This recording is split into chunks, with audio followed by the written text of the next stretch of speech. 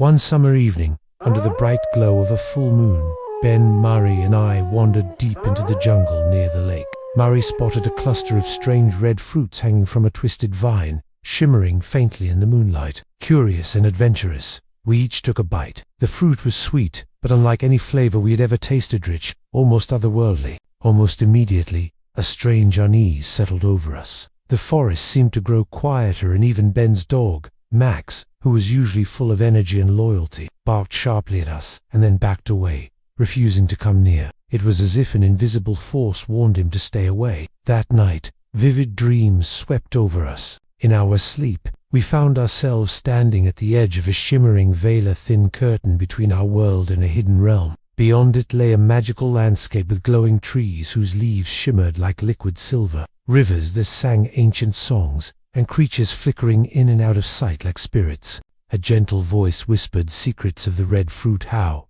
it was a gift from an ancient forest spirit, meant to awaken hidden powers and connect chosen souls to a magical world. But it also carried a warning.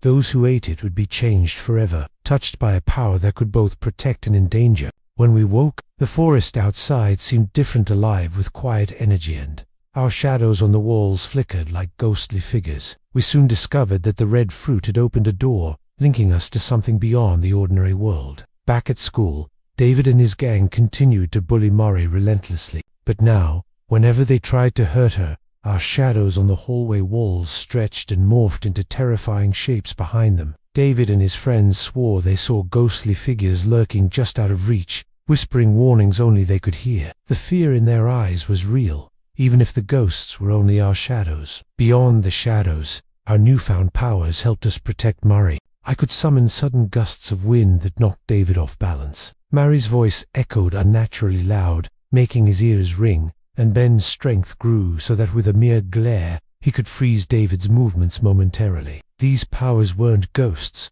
but they were enough to make David and his friends think twice before bullying us again. However, after a few days, we noticed something strange. Ben began to change. Unlike Murray and me, who only had playful control over our powers, Ben's eyes sometimes glowed red, and he would lose control, growling like an animal. One night, he vanished into the forest, drawn by a strange force. We found him near the cave where we first found the red fruit, his body trembling and his shadow flickering wildly. Ben was cursed by the fruit's deeper magic-y spirit, trapped between human and beast. Desperate, Mari and I took him to Ben's grandmother, who lived in a small cottage on the edge of the forest.